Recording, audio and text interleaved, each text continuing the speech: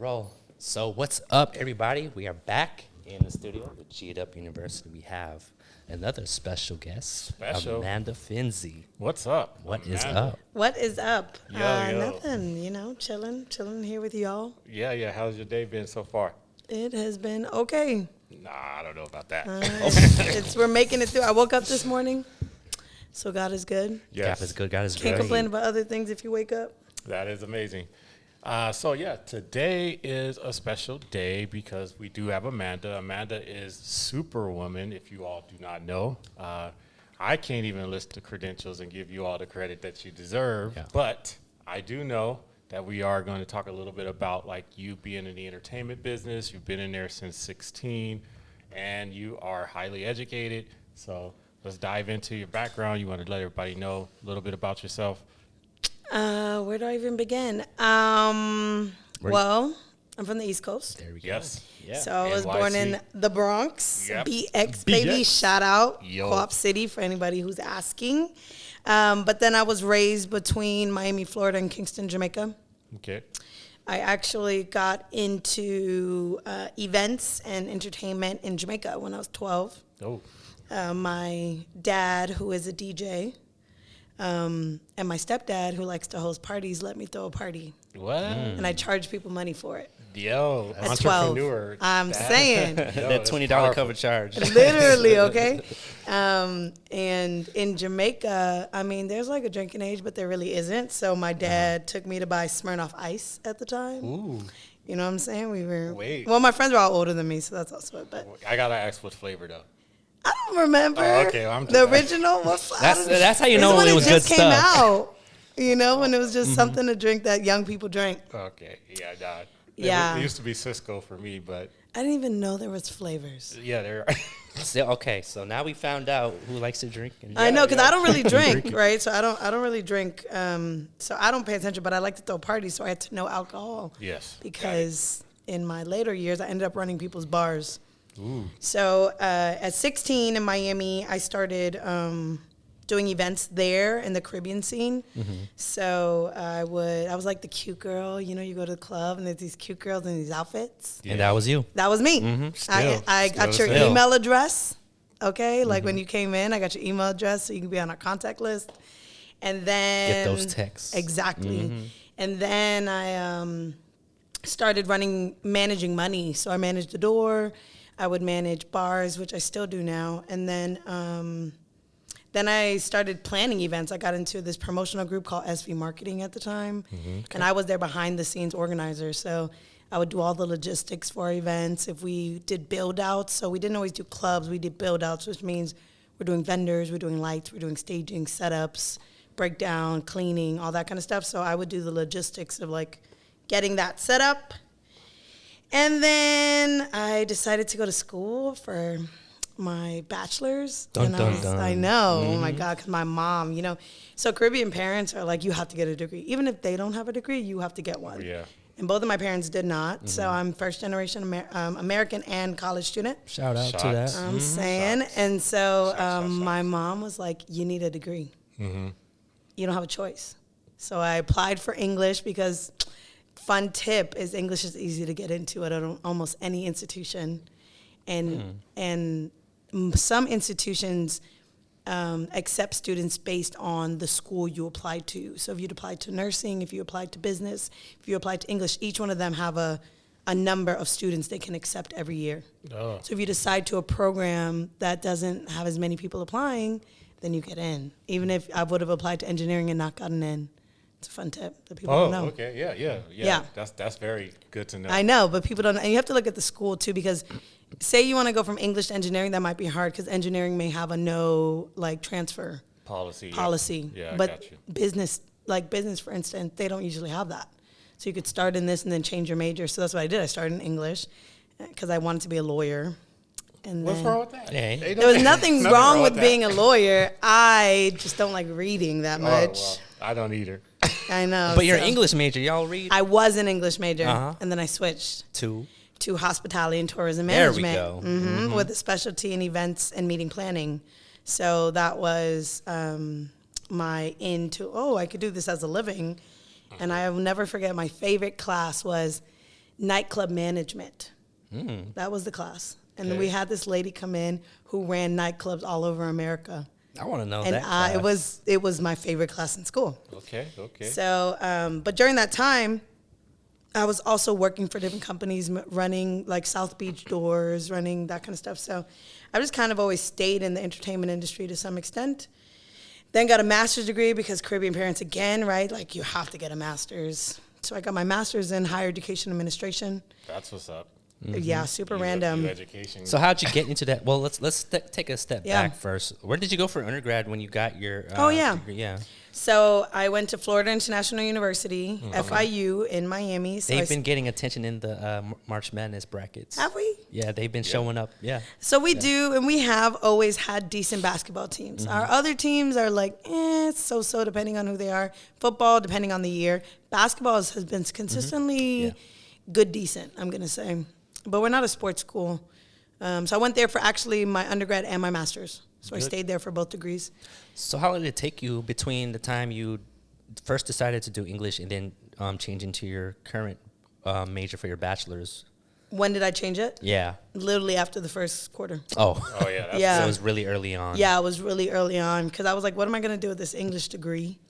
Did you have like the tips before, like, just apply to this program? Yes. Okay, cool. So my sister had also went to FIU. Yeah.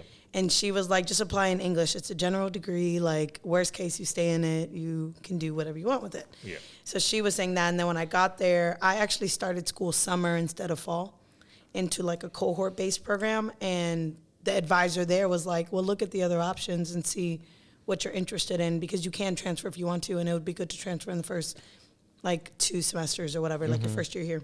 Yeah.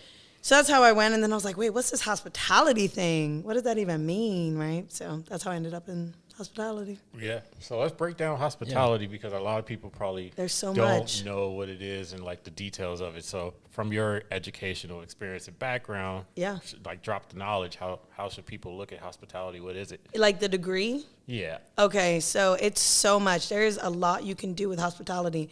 In the most basic form, it is customer service. So how are you dealing with other people and ensuring that they're having a pleasant experience? Yeah. And that can be in so many realms. So FIU is actually one of the top hospitality schools in the nation. We actually are the ones who created South Beach Food and Wine Festival. Wow. So it is a FIU run program. There we go. So even thinking about that, like part of my degree was culinary. So I did years of culinary in my undergrad, right? So we'll keep that in mind. I know, right? So it's culinary, it's hotels, it's cruise ships, it can be merchandising, it could be a store management, it can be events, it really is anything that's the front facing of a thing, or how do you do the logistics to make a department run. That's all hospitality. Everyone thinks it's like, all they think about is like, oh, cruise ships, the people who run cruise ships. Postcards. Yeah. All that. Or hotels. That's what you typically think of. Like, people who run hotels typically have hospitality degrees. Yeah. Also, the people who run cruise ships typically have a hospitality. So, like, FIU now is partnered with Carnival Cruise Line, and they're, like, all of their trainees go through FIU to work at Carnival. Nice. Oh, that's what's up. Well, speaking of Carnival, what about some of your experience? Because you're Jamaican, have you ever coordinated or hosted any type of Carnival type events? Yeah. So I have been in Miami. I'm a large part of the Jamaican community, but in Miami, it's kind of Caribbean community. So it's Jamaican and Trinidadian. So because of that, and because of the groups that I work with, we do Carnival. So like Miami Carnival, I started Carnival when I was a kid. So I started playing in Carnival when I was a kid, and then I've pretty much done it most years since. And then we started throwing the parties. So like Carnival is like a one day that everyone thinks of, but it's actually like a week. It's a week long of events. And so during that season, I'm usually running people's bars or working their doors, managing their money for their events. Cause those are that's like $100,000 parties. Yeah. Right. Yeah. Like the overhead cost, but then also the income that you're making. Cause each person coming in may be paying $100, $150, depending on the event. So, running the management of that money. Yeah.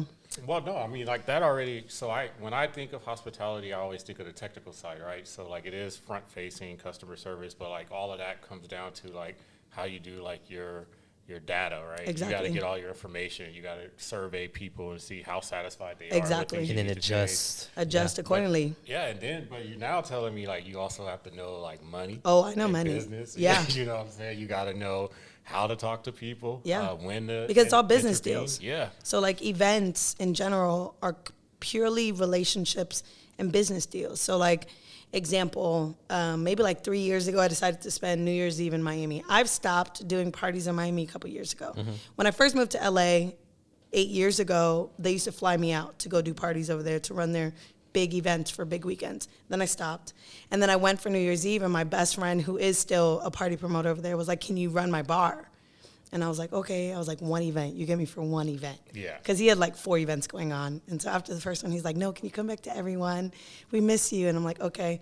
So like even one of those, like if you're having a weekend long event, each door, like all the money adds up for the weekend. You would think it's like each event's money is its own thing. It's not. You're making deals for every party, every liquor vendor, every ice vendor, every setup. That's a huge checkbook. It's a of huge transactions. checkbook of transactions, right? And so, in his instance, the second party, the transactions weren't as high as they thought they would have been for that party to be able to pay out everyone that night. So luckily, I had relationships with the people who were doing And brought money Who in. were doing I had relationships with the people who lent them the liquor. So you do a vendor, right? Yeah. It's like consignment. Yeah. And so I called the person. I was like, look, here's what's happening. This is where we're at. I'll make sure you get your money tomorrow. And because I have this like long-standing relationship with this person, they were like, okay, it's fine. But if it was anyone else, they would have been like, no, you give my money tonight. Right. Right? This is For sure. this is a lot of money. It wasn't small amounts of money. It was like in the thousands.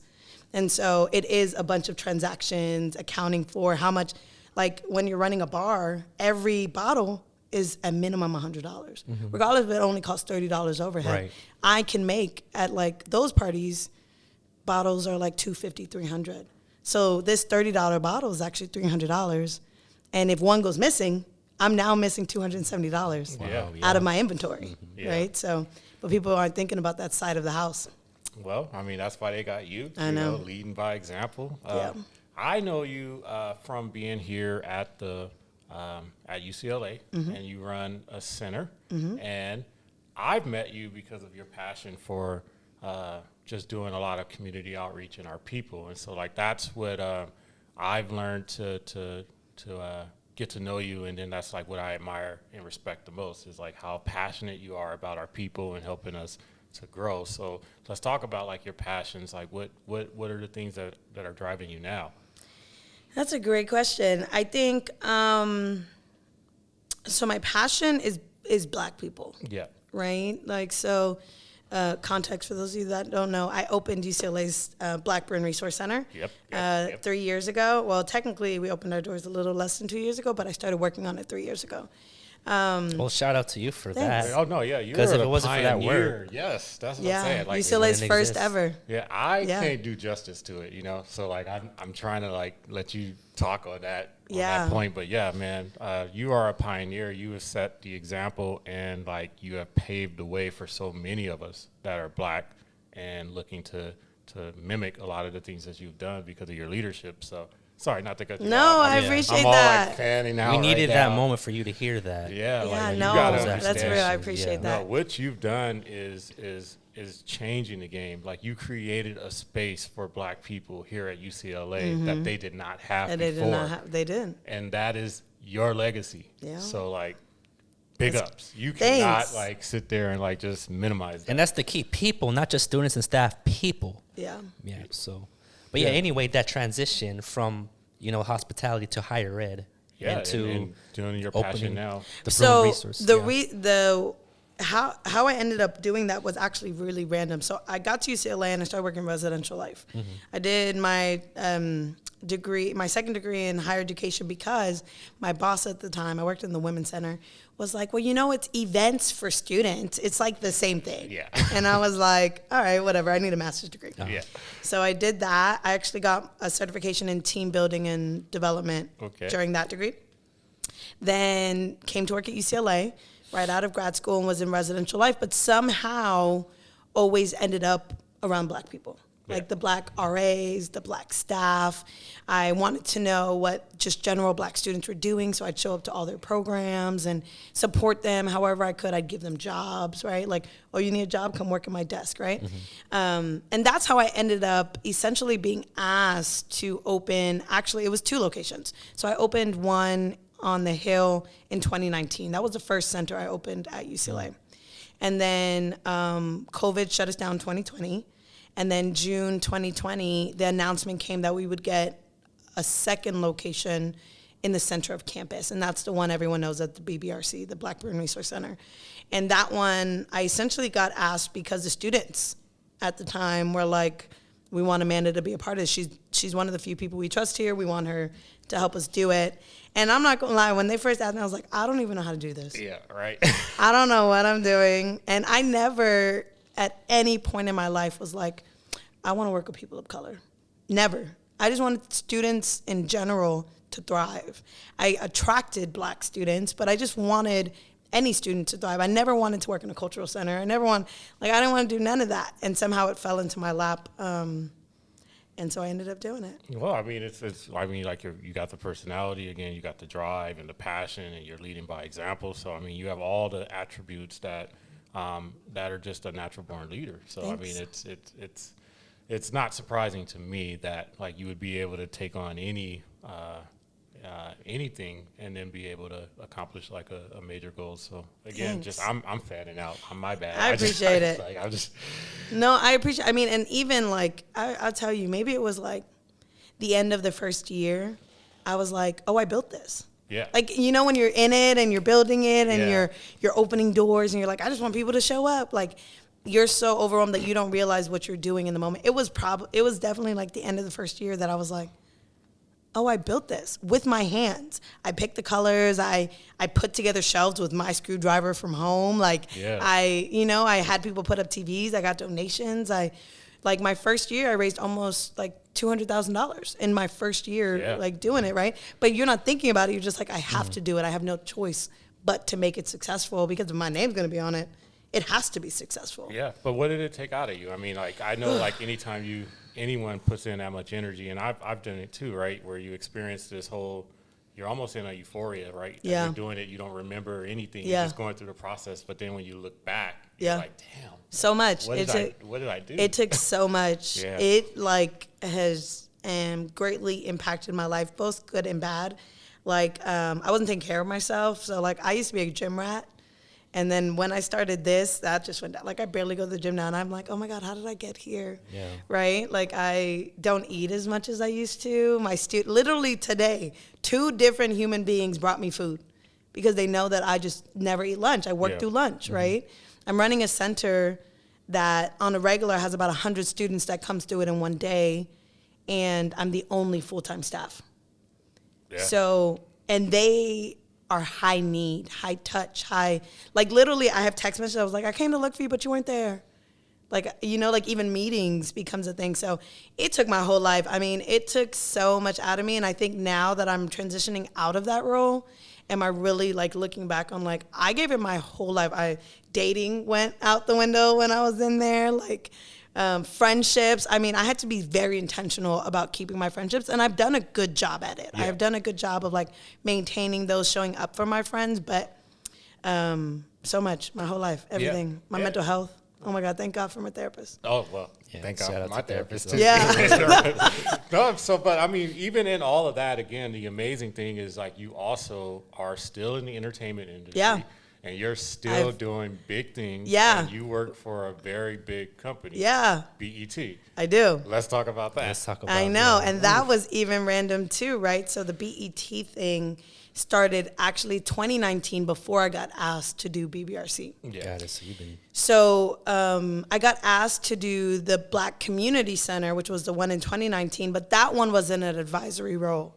So the students kind of managed it, and I just kind of helped them spend money. So it wasn't taxing. And at the time, as a resident director, I had a lot of time on my hand because I had set it up so that I did. Right. So I had a friend, and okay, remember I was in entertainment, then I moved to LA, and then I kind of just stopped. I didn't tell people I did entertainment. I didn't tell them I was a party planner.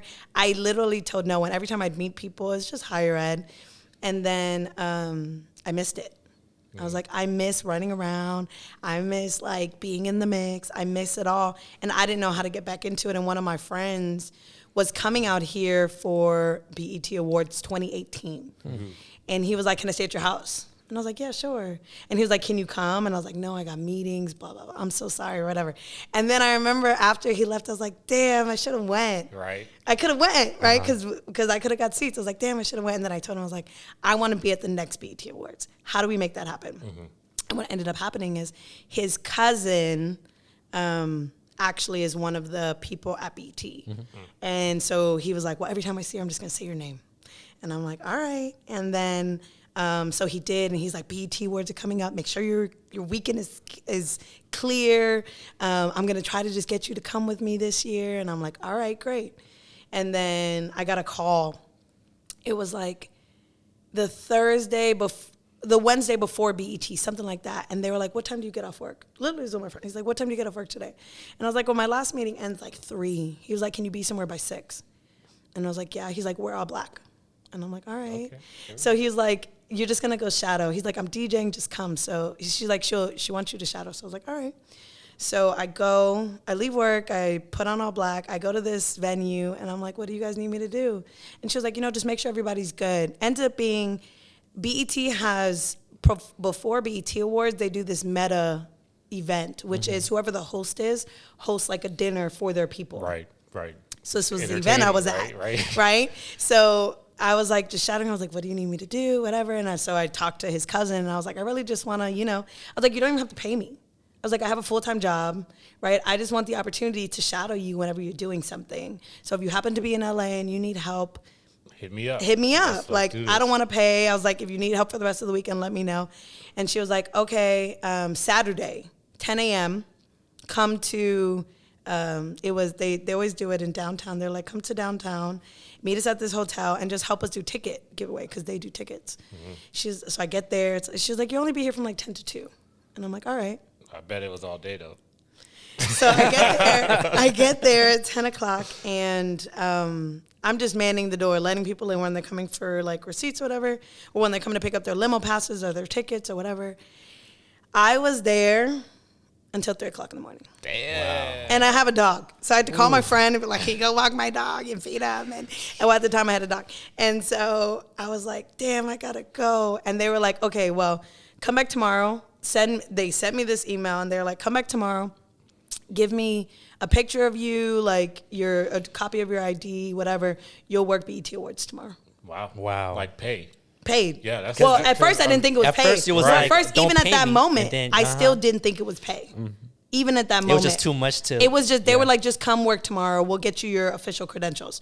So I'm like, okay, great. So I show up tomorrow, and then the show ends, and I get an email that's like, fill this out so we can get you paid. Dang. Wow. And again, that all started just from you giving time. Exactly. And like just going. I literally was like, passions. whatever you want me to do. Yeah. It's free. I don't need the money. So that was 2019, and then every year since, I've been doing it. There we go. Mm-hmm. Damn.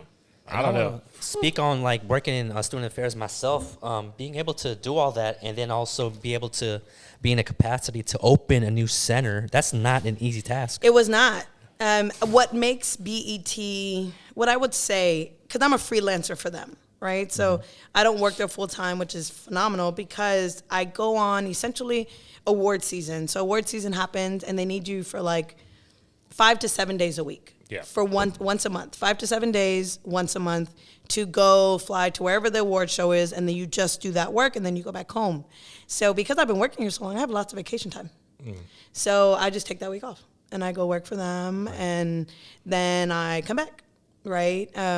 So I have been able to do that, but I can say when BBRC first opened, there was absolutely times when I didn't go. When they were like, I need you to come to this show. Like, for instance, in September is Hip Hop Awards. But the same week as Hip Hop Awards was our 1-year anniversary for BBRC. Wow. And I was like, oh, damn, I can't miss that. Yeah. right? So I didn't go to hip hop awards, although I love hip hop awards. So it was like, there are moments when I'm giving or taking, like, can I do that? But they're understanding and forgiving. So it's like, okay, if you can't make it great, just come to the next one. Yeah. So with all the sacrifices you've made, when you start looking back, like if for others that are trying to follow your path, you know, and that you're leading by example and trailblazing, what advice would you give them, especially like when it comes to like education, higher education, managing, being superwoman, doing your passions, helping, giving to your community? Like, what advice could you give them? take time for yourself. Yeah. That's it, right? Like, I think it's take time for yourself because, you know, they, like, for instance, the Jamie Foxx thing right now, where they're like, he's in the hospital, and they're like, well, they brought in a stunt double to do, that's real life. And I will tell you, up until maybe the last month of my life, I didn't realize that. Like, you think that you give and you give and you give and you show up every time someone calls. So, like, at UCLA, outside of BBRC, I do a million other jobs, right? Like, I won a grant for the university, right? Like an $8 million grant that we have. I still do parts in residential life. I show up and work the football games. Like, I do so much, and you think, like, oh, I'm going to give so much, and people are going to give in return to what you deserve. And the truth is that doesn't happen. Yeah. And so I'm at the period in my life right now where I'm trying to learn, like, okay, so how do I set myself up so I don't sit with disappointment from other people again, right? Yeah. So that's what I'm learning right now. So I say all that to say my advice is take care of yourself, right? Like, pour into yourself. And in the beginning of my career, I'm glad I put in as much as I did, because now it's like, regardless of the fact of me getting a job or not getting a job or whatever the case, I still know that there's still a track record of, well, you did all these things. Yeah. And you were excellent. You can't take that away from me. You can't take it away from me. And so now it's like, so I'm glad the first couple of years that I did that, but I definitely think maybe around year 5 at UCLA, I probably could have slowed down. But year 5 of UCLA is when I opened the Black Resource Center. Yeah. I opened it year 6. So it's like, I don't know. Take time for yourself. That's what I wish I did. Well, I mean, and ask for help. Oh my God. Yeah, you definitely got to ask for help. I had to learn that. Yeah. And I'm very prideful. So, so I know a little bit about like what's coming, but I think if you're open to it, like share what the future looks like for Amanda. Oh, well, I'm in a doctorate program. What? I know. There we go. I know. On top of all the other things, I'm also in a doctorate program, which is why I said take time for yourself, because, like, oh, God. Yeah, that program is deep. It is. He's going through it. We're in 2 different programs. I mean, thank God you have your weekends. I do not have I have my weekends. Yeah, I don't have any Saturday. I'm at the end. Thank God for you. Happy. I'm almost there. What year are you in your EDD program? Our EDD, the EDD is a 3-year program. I'm finishing year 1. Okay. So I have 1 more year of coursework. I'm like, okay, I can do this for another year. And then I have 1 year of writing. So I'm technically just started, but I'm in the 3rd quarter of it. But so I'm soon to be Dr. Finzi. There we go. Already Dr. Finzi is just now. I know, official. Put some respect on my name. Yeah, right. Respect on it, yeah. And you're very passionate about giving back to your community and doing a lot of other stuff. So what's that look like too? I don't even know. Yeah. You know, I think that's what I'm figuring out is like, how do I continue to pour into others while like learning to take care of myself? Yeah. Yeah. So, I think I'm just figuring that out, figuring out like what are my next steps after I get this doctorate? What is my plan in life? Right? Why did I decide to go get another degree? Where do I want to be? Everyone asks me now, like, where do you want to work? And I'm like, I don't know. I can't tell you a department. I can tell you this is a department and this is a job. And I think there's a lot of people in student affairs who know that. Yeah, right. This is my trajectory. This is my career path. That was not me. I mean, I came into full-time work having done career services, conduct, leadership and involvement, women's center, student programming. What else did I do?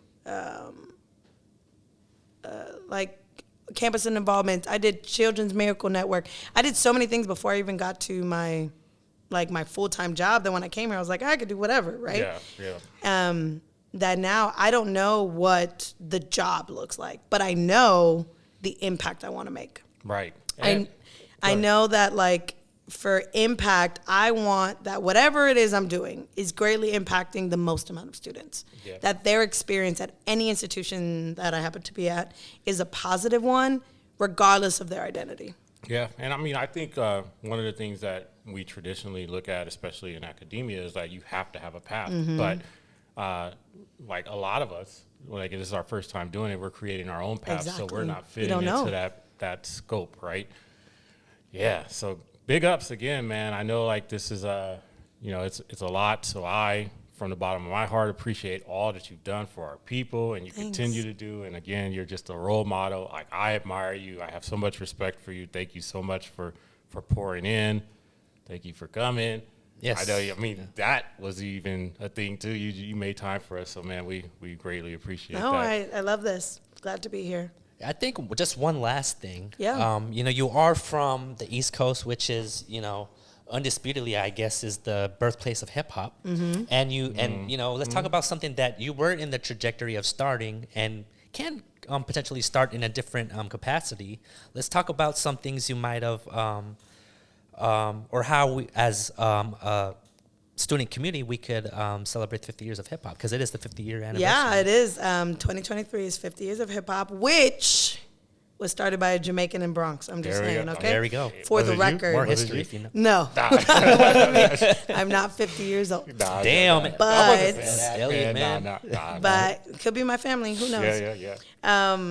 But, yeah, so I hope to, in whatever capacity, make sure that we have programming here that is talking about what that means and what hip hop has evolved to, right? Like thinking about when its origination and when it started 50 years ago to the rappers we're seeing nowadays. And like back then, everyone had to be signed to a label. Nowadays, people are creating their own labels. Yeah. With streaming too, it's easier, but you're making less money. Yeah. Right? So back then, you were making money off of sales, like record sales. Now you're making money off of touring, which is why we have so many tours and why there's so many concerts happening, right? So it's like, what has that industry looked like? And even for producers, right? Like, what are the producers doing different in their world? Because they don't get as much credit as they used to, right? Like, we know Michael B. Cox, right? Because he did Usher and he does Beyonce. And we know some producers now because they have followed the path of making sure their name is on everything. You hear them at the beginning of a song. Yeah. But there's lots of producers out there that we have no idea who they are. DJ Khaled. Khaled, right? Khaled has made an entire career as an artist by being a producer. Kanye started as a producer. Yeah, like he was the first one to bring out like the old school music and make it something now that like is sampled. Exactly. Yeah. So it's interesting. So yeah, I hope to. I mean, we have a whole year. We have until December to do some programming at the institution or maybe outside of the institution. I am connected to a lot of different people in the entertainment industry still through BET, but even through other things that I do in entertainment, like events and such. And so my plan is, how do I get them into one place to have conversations around how our students today can be a part of that. Right? Yeah. Get a degree, sure, if that's what you want to do, right? Which you should. But if you don't, great. How can you become part of that industry and move up in a way that the industry is moving today, not what you thought it was moving like yesterday? Yeah. So. And that actually very much aligns with what we're trying to do too, is creating a pipeline for students, regardless of what major or degree you're pursuing, between higher education and the entertainment/music industry. And so yeah, exactly. There's lots of potential for that. Yeah. All right. Well, thank you, yes, Amanda. Thank you so much. We hope to have you back, again, bring that energy. Anytime. And to be continued on Amanda's story and the 50 years of hip hop. Yeah. And 50 years of hip hop. Let us know how we could support. Yeah. You're in already. We just got to figure out Let's when and where. All right. To be continued. Y'all follow and subscribe. And also, we got Amanda here to make sure to follow and support her as well. All right. Peace.